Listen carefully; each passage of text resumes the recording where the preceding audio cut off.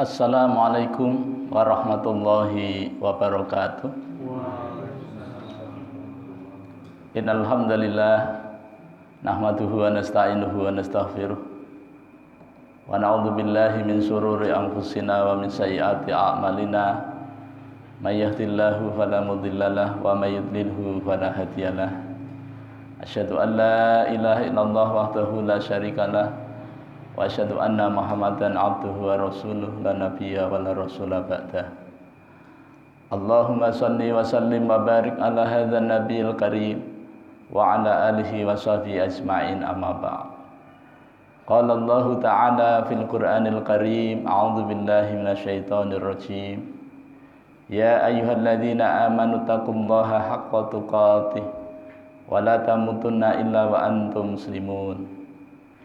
Ya ayyuhan nasu taqu rabbakumul ladzi khalaqakum min nafsin wahidah wa khalaqa minha zawjaha wa batha minhuma rijalan katsiran wa nisaa'a wattaqullaha alladzi tasaaluna bihi wal arham innallaha kana 'alaikum raqiba. Ya ayyuhalladzina amanu taqullaha wa qulu qawlan sadida yuslih lakum a'malakum wa yaghfir lakum dzunubakum wa may yuti'illaha wa rasulahu faqad faza fawzan 'azima. Fa inna asdaqal haditsi kitabullah wa khairul hadi hadi Muhammadin sallallahu alaihi wasallam wa syarrul umuri muhdatsatuha wa kullu muhdatsatin bid'ah wa kullu bid'atin dhalalah wa kullu dhalalatin finnar. Ma'asyiral muslimin, jamaah salat subuh musholla Miftahul Jannah yang dirahmati Allah Subhanahu wa taala. Marilah kita senantiasa memanjatkan puji dan syukur kita kehadirat Allah Subhanahu wa taala. Biqouli alhamdulillah wa syukurulillah atas limpahan rahmat dan nikmatnya kepada kita, terutama nikmat hidayah berupa iman dan Islam yang insya Allah masih melekat di dada kita semua. Nikmat kesehatan, nikmat panjang umur, nikmat waktu luang yang Allah berikan kepada kita, sehingga dengan nikmat itu kita dapat melaksanakan sebagian dari perintahnya, yakni melaksanakan sholat fardu subuh secara berjamaah di tempat yang kita cintai ini. Salawat dan salam semoga senantiasa tercurah terlimpah kepada junjungan kita Nabi besar Muhammad sallallahu alaihi wasallam, kepada keluarganya, para sahabatnya, para pengikutnya yang setia, baik yang dulu, sekarang maupun yang akan datang. Mudah-mudahan kita semua yang hadir di majelis yang mulia ini dicatat oleh Allah Subhanahu wa taala sebagai hamba-hamba Allah yang taat, yang takwa, calon-calon penerima syafaat yang agung dari baginda Nabi sallallahu alaihi wasallam atas izin Allah Subhanahu wa taala kelak pada hari kiamat. Amin ya rabbal alamin. Bapak Ibu jamaah salat subuh yang dirahmati Allah Subhanahu wa taala, alhamdulillah kita kembali bertemu dalam suasana kebaikan, sehat badan, afiah batin. Ini merupakan nikmat Allah yang wajib kita syukuri agar Allah senantiasa menambahkan nikmatnya kepada kita. Jangan sampai kita termasuk orang-orang yang kufur nikmat. Ketahuilah sesungguhnya azab Allah amat sangat pedih. Bapak Ibu jamaah yang dirahmati Allah Subhanahu wa taala, pagi ini kita masuk pada hari yang ke-19 di bulan Ramadan. Mudah-mudahan mulai tanggal 1 kemarin sampai hari ini dan insya Allah sampai akhir Ramadan, Allah senantiasa memberikan kekuatan kepada kita untuk melaksanakan perintah Allah, di mana bulan Ramadan ini adalah beda dengan bulan-bulan yang lain. Allah Subhanahu wa taala memberitahu kepada kita bahwa bulan Ramadan adalah bulan di mana Allah menurunkan Al-Qur'an. Keterangan ini ada dalam surah Al-Baqarah ayat 185. Oleh sebab itu kita mengambil manfaat dari apa yang Allah sampaikan kepada Rasulullah dan juga yang disampaikan Rasulullah kepada kita semua. Maka tema kita pagi ini adalah The Miracle of Quran, yaitu keajaiban Al-Qur'an. Bapak Ibu jamaah yang dirahmati Allah SWT, salah satu keajaiban Al-Qur'an dari sekian banyak keajaiban-keajaiban yang bisa kita lihat, yang pertama adalah Al-Qur'an itu mudah banget untuk dihafal. Kalau dibandingkan dengan kitab-kitab suci yang pernah diturunkan Allah kepada para nabi dan rasul, maka Al-Qur'anlah yang mudah dan ada jaminan kemudahan dari Allah untuk dihafal. Selama ini kita belum pernah mendengar musabaqah hifdzil Qur'an, musabaqah hifdzil Injil, musabaqah hifdzil Taurat, itu tidak ada. Apalagi musabaqah menghafal Bible, itu tidak ada. Dan kalau toh ada, pasti tidak ada yang bisa hafal, karena nggak ada yang menjamin. Tapi Allah Subhanahu wa ta'ala menjamin bahwa Al-Qur'an itu mudah untuk dipelajari. Walaqad yassarnal Qur'ana lidzikri fahal min mudzakir. Dan sungguh kami Allah SWT telah memudahkan Al-Qur'an itu untuk dipelajari. Dan di dalam mempelajari ini terdapat satu hal yang penting, yaitu dihafal. Nah, kita menghafal Al-Qur'an itu bukan semata-mata kita menjaga Al-Qur'an. Justru ketika kita belajar Al-Qur'an kemudian menghafalnya, maka justru Al-Qur'an itulah yang akan menjaga kita. Jadi kalau kita belajar Al-Qur'an sampai pada tingkat menghafalnya, maka Al-Qur'an itu akan menjaga kita. Kenapa? Karena di setiap ayat dalam Al-Qur'an itu tidak kurang dari 8 pemberitahuan menurut metode 8M. Di sana ada perintah, kita laksanakan. Di sana ada larangan, cukup kita tinggalkan. Melaksanakan perintah dan meninggalkan larangan bagian dari takwa. Dan takwa ini adalah tujuan dari ibadah puasa yang Allah syariatkan kepada kita. La'allakum tattaqun. Nah, jadi ketika kita mendapatkan derajat atau gelar takwa, maka insya Allah kita akan senantiasa dijaga oleh Al-Qur'an. Karena kita senantiasa merasa diawasi oleh Allah Subhanahu wa ta'ala di mana saja kita berada, kapan saja kita pergi, maka di situ takwa melekat pada diri kita.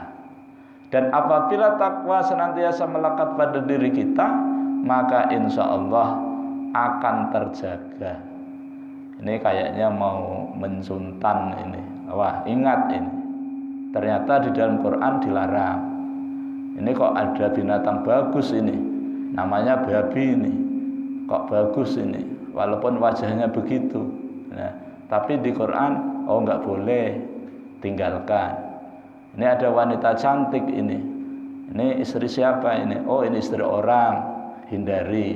Ya, ini Al-Quran semuanya menyampaikan rambu-rambu kepada kita agar kita senantiasa hati-hati. Dan hati-hati itu adalah kandungan dalam nilai takwa. Ma'asyiral muslimin, jamaah salat subuh yang dirahmati Allah Subhanahu wa taala. Yang kedua, salah satu keajaiban Al-Qur'an adalah bisa menjadi sarana kita dirindukan oleh surga. Jadi orang yang senantiasa menjadikan Al-Qur'an sebagai sahabat karibnya, sebagai teman dekatnya, maka Al-Qur'an ini menjadi wasilah yang menjadi sahabatnya dirindukan oleh surga. Dalam sebuah riwayat, hadis sahih yang diriwayatkan oleh Imam Abu Dawud, juga Imam Tirmidzi, dari sahabat Abdullah putranya Abbas, jadi Ibnu Abbas ya. Dari Ibnu Abbas, Rasulullah SAW bersabda yang artinya, surga itu merindukan kepada 4 golongan. 4 golongan dirindukan oleh surga. Yang pertama, talil Quran, orang yang senantiasa membaca Al-Quran. Orang yang menjadikan Al-Quran seperti HP, kemana-mana dibawa, tidak pernah ketinggalan. HP itu Bapak Ibu sekalian, kalau kita pergi kemudian ketinggalan, 99% kembali ya, kembali ke rumah lagi kan, mengambil. Kenapa? Ada yang ketinggalan. Apa itu? HP. Jadi HP ini sudah luar biasa, membuat kita, perhatian kita lebih dari segalanya.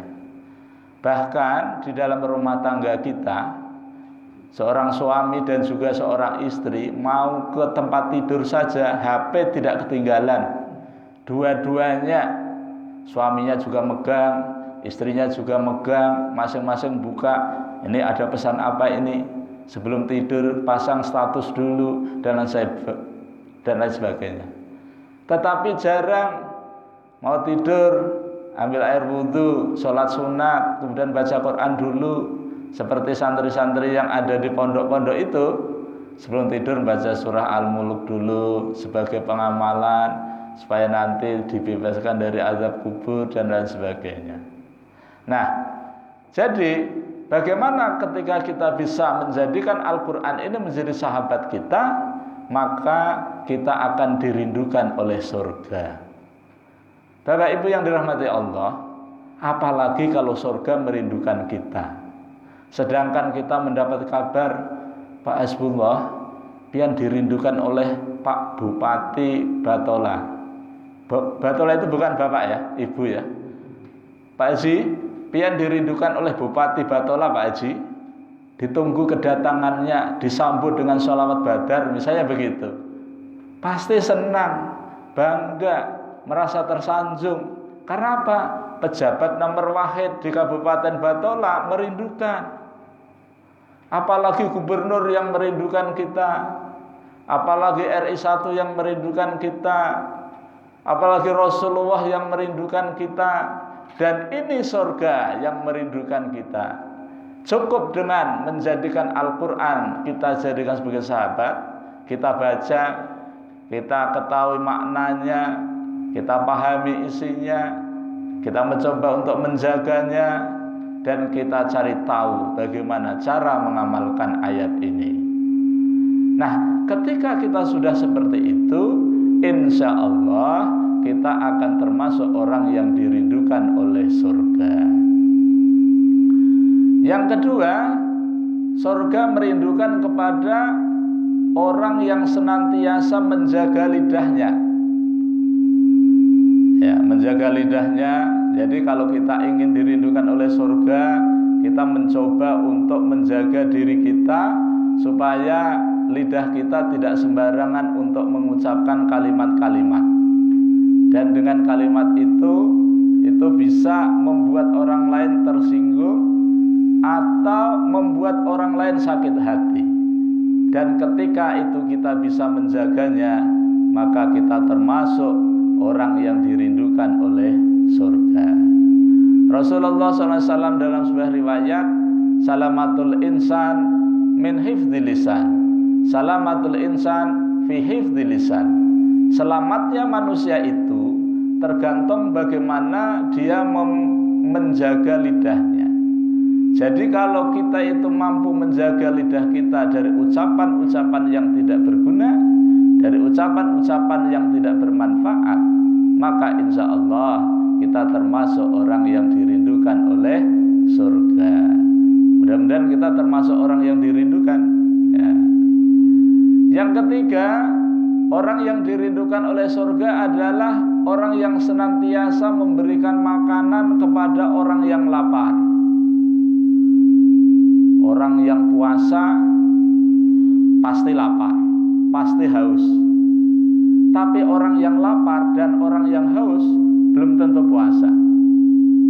Oleh karena itu, ketika kita itu tahu bahwa kita itu berada di bulan Ramadan, kemudian ada informasi bukber ya, buka puasa bersama gitu ya, maka orang yang membukakan puasa itu termasuk orang yang dirindukan oleh surga. Dengan catatan membukakan buka puasa yang sudah sampai waktunya. Ya Pak Haji ya? Kalau belum sampai waktunya dibukakan, wah bahaya. Jam 5.30 menit, ayo buka. Ini sudah disiapkan nasi kotak, one by one ya, satu kotak.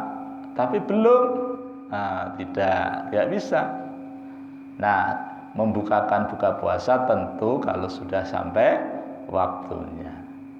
Dan orang yang membukakan puasa termasuk orang yang memberikan makan kepada orang yang lapar. Masya Allah, manfaatnya luar biasa. Ini kalau di bulan Ramadan. Kalau di luar Ramadan orang yang lapar, apakah dia puasa atau tidak? Selama mereka itu lapar, biasanya yang sering lapar itu orang fakir, orang miskin, orang yang berpuasa. Maka orang-orang seperti itu ketika kita kasih makan, maka kita termasuk orang yang dirindukan oleh surga. Bahkan Allah SWT di dalam surah Al-Ma'un itu, awal-awal ayat itu Allah mengingatkan kepada kita dalam bentuk pertanyaan, tapi jawabannya sudah ada pada diri kita. Ara'aital ladzi yukadzibu biddin wa dzalikal ladzi yad'ul yatim wa la yahuddu ala ta'amil miskin. Tahukah kalian siapakah pendusta-pendusta agama, pembohong-pembohong agama? Dialah orang yang menghardik anak yatim. Dialah orang yang tidak menganjurkan memberi makan orang miskin. Oh, itu di sini. Tidak menganjurkan memberi makan orang miskin. Itu termasuk pendusta agama. Alhamdulillah, kalau kita baca sejarah pendiri Muhammadiyah, itu beliau konsen pada surah ini. Beliau mengajar kepada sahabat-sahabatnya ketika itu di awal-awal di Jogja sana itu surah ini, dan tidak diganti-ganti, tidak dipindah-pindah sebelum diamalkan. Wah, luar biasa. Nah, makanya sekarang sudah ribuan panti-panti asuhan yang mengelola anak-anak yang tidak mampu disekolahkan ya. Masya Allah, ini pahalanya mengalir terus ini. Ini perlu kita contoh. Nah, jadi orang yang senantiasa memperhatikan anak yatim, bagaimana kebutuhan anak yatim kita penuhi. Bagaimana orang-orang fakir miskin itu, kalau kita mampu kita beri, kalau kita tidak mampu kita menganjurkan.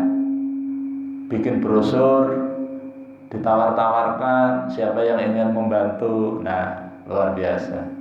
Maka orang yang demikian insya Allah termasuk orang yang dirindukan oleh surga. Bapak Ibu jamaah salat subuh yang dirahmati Allah SWT. Kemudian yang keempat, orang yang dirindukan oleh surga adalah orang yang berpuasa di bulan Ramadan. Jadi orang yang puasa di bulan Ramadan termasuk dirindukan oleh surga. Alhamdulillah, kita berada di bulan yang penuh barokah ini, bulan yang penuh ampunan. Maka kita manfaatkan, kita laksanakan perintah Allah, yaitu melaksanakan ibadah shaum di bulan Ramadan. Maka dengan begitu kita termasuk orang-orang yang dirindukan oleh surga. Nah, kalau kita dirindukan oleh surga, Masya Allah, bagaimana supaya kita dirindukan? Lakukan salah satu dari 4 tadi. Jadikan amal andalan. Apakah kita sebagai pembaca Al-Quran, hari-hari baca Quran terus? Apakah kita termasuk orang yang senantiasa menjaga lidah kita? Sebenarnya menjaga lidah itu gampang. Cukup melakukan minimal amalan mubah, insya Allah kita terhindar dari amalan-amalan yang haram. Contoh, makan itu hukumnya mubah. Tapi kalau diawali dengan bismillah, doa, sebagaimana Rasul contohkan, maka jadi ibadah. Maka ketika kita itu makan, mulai dari jam 6 pagi makan, terus jam 7 makan, jam 8 makan, sepanjang hari makan teruslah. Tidak ada kesempatan untuk ngomongin orang. Ya tapi gak mampu Pak ya. makan terus, ya kan? 3 kali saja sudah cukup. Ya. Bagi yang sudah berkeluarga, suami istri menyayangi istrinya, menyayangi anaknya, maka ketika kita menyayangi mereka itu, maka pada saat itu kita telah menjaga lidah kita. Ketika kita melihat tetangga kita yang memerlukan bantuan kita, maka kemudian kita menyibukkan diri untuk membantunya, maka ini termasuk jihad. Ini termasuk jihad ini. Seperti ayat yang dibaca oleh imam kita rakaat yang pertama tadi. Bukan, rakaat yang kedua. Tawaran Allah tentang jihad, sebuah amalan yang dengan amalan itu mampu menghindarkan diri kita dari azab yang pedih. Itu dengan jihad, dengan harta, dan dengan jiwa tenaga kita. Bapak Ibu yang dirahmati Allah SWT, jadi kalau kita diberikan kesempatan oleh Allah untuk mendapatkan kesempatan dirindukan oleh surga, maka lakukan salah satu atau keempat-empatnya. Nah, itu sempurna banget itu. Ya, hari-hari baca Quran, kemudian menjaga lidah kita, kemudian memberikan makan kepada orang yang lapar, kemudian puasa kalau setahun sekali di bulan Ramadan, kemudian kalau di luar Ramadan puasa sunnah Senin Kamis, Ayyamul Bid, dan lain sebagainya. Maka dengan begitu kita akan dirindukan oleh surga. Tapi ada juga yang belum tahu caranya supaya surga itu merindukan kita. Bapak Ibu yang dirahmati Allah SWT, inilah salah satu keajaiban Al-Quran, di mana ketika kita itu membacanya, kita termasuk orang yang dirindukan surga. Yang ketiga, keajaiban Al-Quran adalah dengan Al-Quran itu kita akan mendapatkan syafaatnya. Jadi kalau kita membaca Al-Quran yang kita baca waktu di dunia, maka ayat-ayat yang kita baca itu nanti di akhirat akan memberikan syafaat. Rasulullah SAW memerintahkan kepada kita umatnya, Iqra'ul Qur'ana fa innahu ya'ti yaumal qiyamati syafi'an li ashabihi. Bacalah Al-Quran, karena Al-Quran itu yang kita baca waktu di dunia itu nanti hari kiamat akan datang menemui sahabatnya. Siapakah sahabatnya itu? Orang yang menjadikan Al-Quran sebagai sahabat. Nah, tanda-tanda orang yang bersahabat dengan Al-Quran, dia tidak mau jauh dengannya. Namanya sahabat. Beda kan dengan teman. Kalau teman itu mudah dicari di meja makan, Pak ya. Tapi kalau sahabat, beda Pak. Sahabat itu dunia akhirat. Ikatannya akidah, agama. Nah ini. Nah, orang yang menjadikan Al-Quran sebagai sahabatnya, maka dia itu termasuk orang-orang yang akan mendapatkan syafaat. Ada sebuah riwayat yang pernah ulun dengar waktu mengikuti ceramah di Al-Jihad. Orang yang mengamalkan surah Al-Baqarah dan surah Ali Imran itu nanti akan dicari. Orang itu akan dicari 2 surah ini untuk diberikan syafaat. Nah, bagaimana ya cara mengamalkan surah ini? Nah, gampang. Kalau di surah itu ada perintah, kita laksanakan. Kalau ada larangan, ditinggalkan. Kalau ada pernyataan, disikapi. Misal ini surah 33. Allah SWT berfirman pada ayat 21, A'udzubillahi minasyaitonirrajim. Laqad kana fi Rasulillahi uswatun hasanah liman kana yarjullaha wal yaumil akhir wa dzakarallaha katsira. Satu ayat pendek. Allah menyatakan, sungguh pada diri Rasulullah itu terdapat teladan yang baik. Teladan yang baik, contoh. Bagi siapa? Bagi kita. Bagi kita yang mengharapkan pertemuan kepada Allah. bagi kita orang yang yakin akan adanya kehidupan tanpa batas, kekal abadan abadah, yaitu kehidupan di akhirat. Dan bagi orang yang senantiasa mengingat Allah tanpa perhitungan, banyak banget mengingatnya Allah, kapan saja, di mana saja ingat Allah. Mengingat Allah itu bisa sholat, mengingat Allah baca Quran, mengingat Allah bisa membacakan tasbih, tahmid, tahlil, dan lain sebagainya.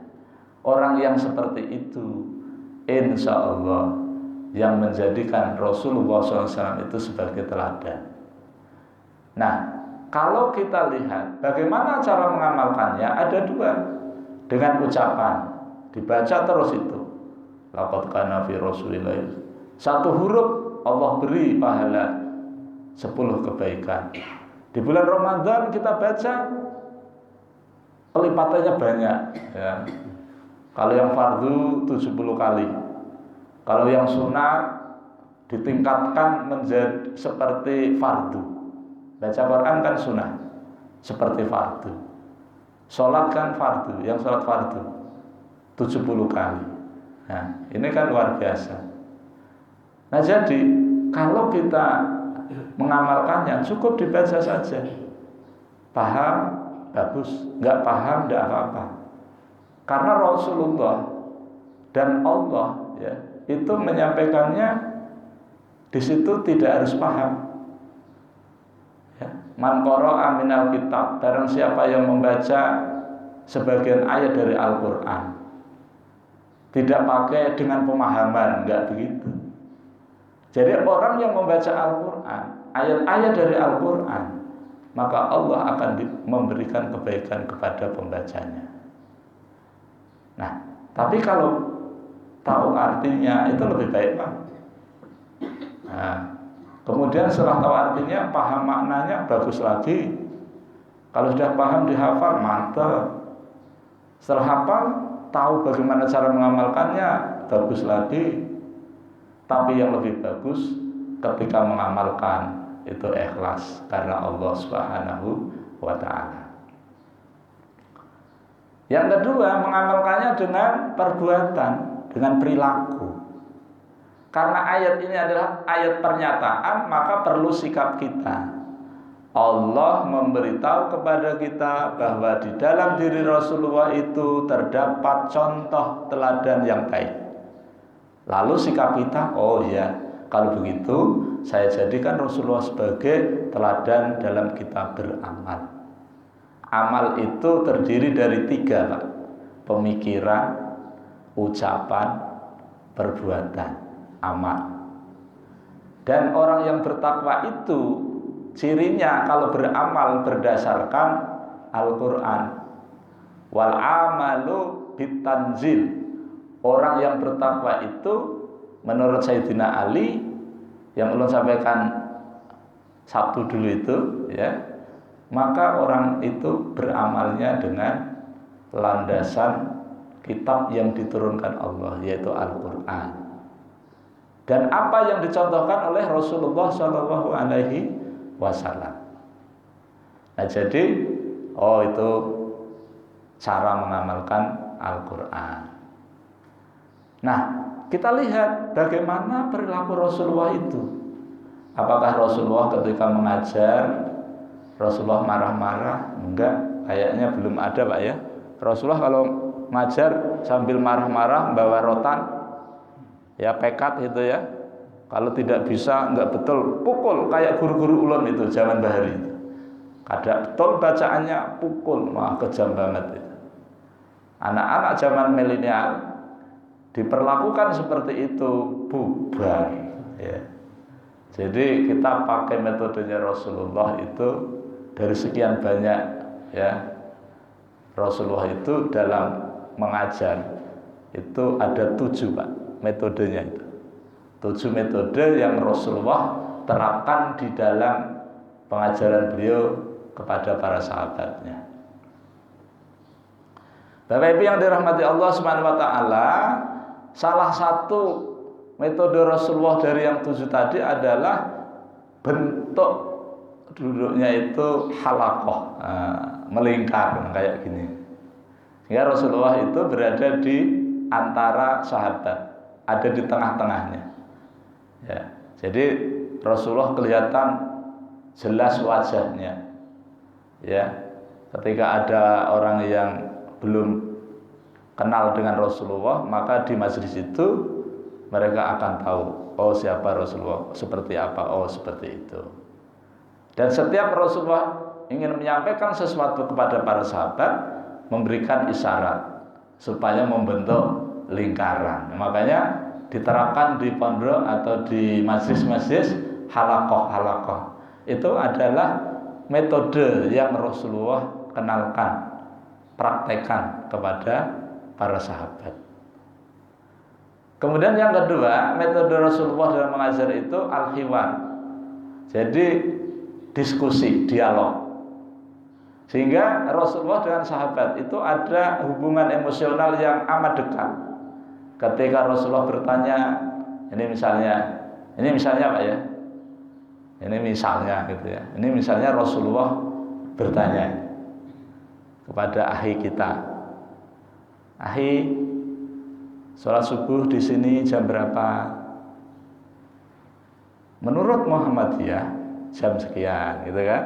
Menurut Kemenak jam sekian. Di sini diperlakukan begitu ya? Atau sama saja? Kalau di Banjarmasin itu kan diperlakukan gitu. Waktu subuh, terutama waktu subuh, itu beda dengan Kemenak, ya.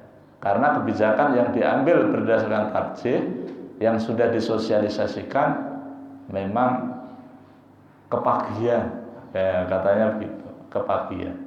Makanya 2 derajat itu 8 menit. Nah, jadi Kemenak waktunya sudah masuk, kita nunggu 8 menit. Nah, begitu. Nah, ada dialog itu. Nah, bagi yang waktunya tidak sama dengan kita, ya enggak masalah. Ya kan? Lana amaluna walakum amalakum. Bagimu amalanmu, bagiku amalanku. Dan nanti menghadap Allah kita akan dihisab sesuai dengan pemahaman kita. Allah akan memberikan balasan kepada kita sesuai dengan apa yang kita pahami. Selama yang kita lakukan itu berdasarkan Quran dan Sunnah, dan pemahamannya sesuai dengan pemahaman salafus saleh, maka insya Allah Allah akan memberikan hisab yang mudah. Bapak Ibu yang dirahmati Allah SWT, jadi ada dialog. Jadi egaliternya itu ada antara Rasulullah dengan sahabat satu dengan sahabat yang lain, itu tidak ada beda. Ada kesetaraan, kesamaan. Duduknya juga sama-sama di karpet. Kalau majelis kita ini dibandingkan majelis Rasulullah, beda jauh Pak. Masjidnya Nabawi nggak seperti ini dulu waktu itu. Makanya ada cerita, ada orang Badui itu kencing di situ ya karena memang tanah. Ya kan, luar biasa ini, mantap banget di atas karpet. Ya kan. Nah, karena saking nyamannya ditambah AC. Ada AC-nya. Tambah dingin, ya kan, menambah kenyamanan, gitu kan, luar biasa. Yang ketiga, Rasulullah menerapkan metode ceramah atau khutbah, al-khutbah, khutbah, orangnya khotib, setiap hari Jumat berkhutbah. Nah, itu ceramah. Jadi ketika Rasulullah itu turun wahyu disampaikan kepada sahabat, ya ayuhan nas dan lain sebagainya, itu berdiri di atas mimbar disampaikan secara ceramah. Nah, metode ini yang biasa kita pakai di sekolah-sekolah, ceramah gitu ya, ada tanya jawab. Jadi metode pendidikan pengajaran yang diterapkan di dunia pendidikan kita itu tidak jauh dari metode yang Rasulullah terapkan kepada para sahabatnya. Kemudian yang keempat, metode yang dikenalkan Rasulullah kepada para sahabat adalah al-kisah. Jadi beliau kalau ceramah, materi yang disampaikan apa, itu nanti ada kisahnya. Misalnya Rasulullah menyampaikan tentang keutamaan bersedekah. Maka kemudian Rasulullah mengambil kisah yang ada hubungannya dengan sedekah.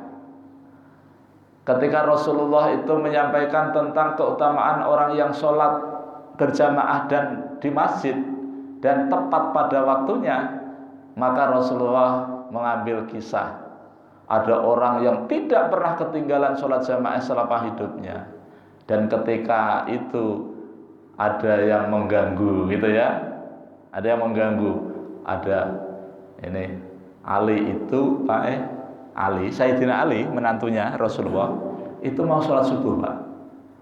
Saya sholat subuh dari rumah, belum jauh dari rumahnya itu ada orang tua.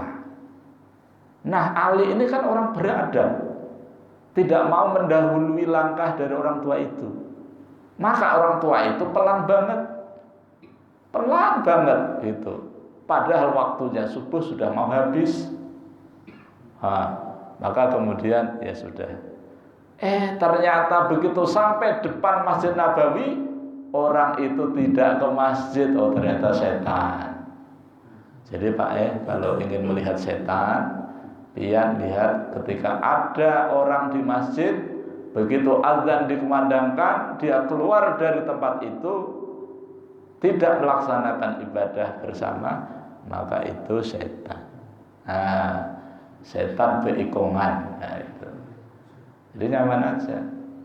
Nah, karena Sayyidina Ali itu selama hidupnya tidak pernah ketinggalan sholat berjamaah dan waktunya sholat itu sudah tiba dan sudah dilaksanakan.